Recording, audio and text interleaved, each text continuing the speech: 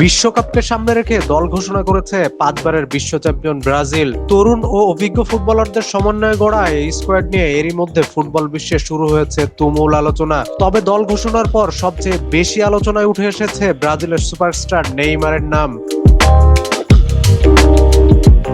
দীর্ঘ সময় ধরে চোটের সঙ্গে লড়াই করা নেইমারকে নিয়ে ব্রাজিল সমর্থকদের ছিল বাড়তি আগ্রহ।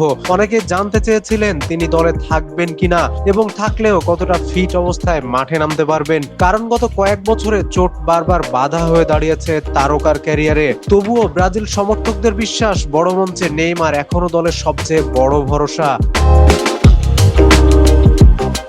ব্রাজিলের আক্রমণ ভাগেও এবার গুরুত্বপূর্ণ দায়িত্ব পালন করবেন ভিনিসিয়াস জুনিয়র ও রদ্রিগো। তবে অভিজ্ঞতা ও নেতৃত্বের জায়গায় নেইমারের বিকল্প এখনো খুঁজে পায়নি দলটি।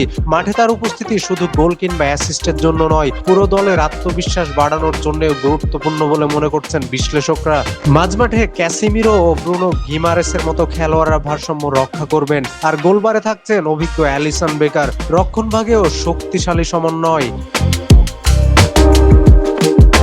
ব্রাজিলের সবচেয়ে বড় শক্তি হিসেবে দেখা হচ্ছে তাদের আক্রমণ ভাগকে। গতি, স্কিল ও সৃজনশীলতায় ভরপুর এ দলটা যে কোনো মুহূর্তে ম্যাচের চিত্র বদলে দিতে পারে। বিশেষ করে ভিনিসিয়াস ও রদ্রিগোর সঙ্গে নেইমারের সমন্বয় নিয়ে সমর্থকদের প্রত্যাশা অনেক বেশি। দল ঘোষণার পর সামাজিক যোগাযোগ মাধ্যমেও চলছে ব্যাপক আলোচনা। কেউ বলছেন এটি ভারসাম্যপূর্ণ স্কোয়াড, আবার কেউ মনে করছেন আরো কিছু অভিজ্ঞ ফুটবলার সুযোগ পেতে পারতেন। তবে সব আলোচনা ছাপিয়ে ব্রাজিল সমর্থকদের মূল আশা একটাই, দীর্ঘ অপেক্ষার পর আবারও বিশ্বকাপ ট্রফি দেশে ফিরিয়ে আনা। সবশেষ বিশ্বকাপগুলোতে প্রত্যাশা অনুযায়ী পারফর্ম করতে পারেনি ব্রাজিল, তাই এবার চাপও তুলনামূলক বেশি। সমর্থকরা চান নেইমারের নেতৃত্বে, সাম্বার ছন্দে আবারও ফুটবলে আধিপত্য দেখাক সেলেসাওরা। কাউসার আলী, প্রতিদিনের বাংলাদেশ।